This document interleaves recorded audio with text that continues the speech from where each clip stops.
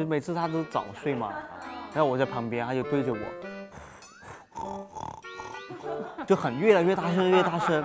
我本来就有睡眠不好，要不他又开始打，本来2点钟开始睡，他可能打到4点钟还睡不着。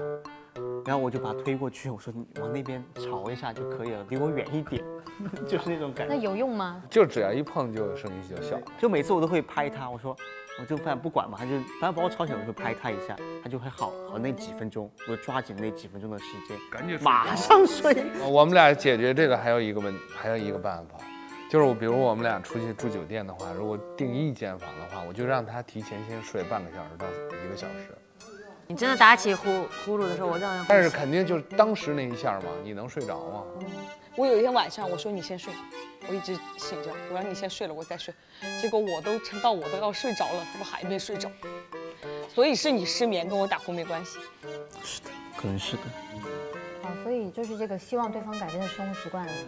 就爱姐说，就是打呼噜这个。对，如果能就是，其实我觉得分房睡是没有问题的。但是如果这样子，他呼噜治好了，我们出门订酒店钱就可以省一些。有道理。嗯。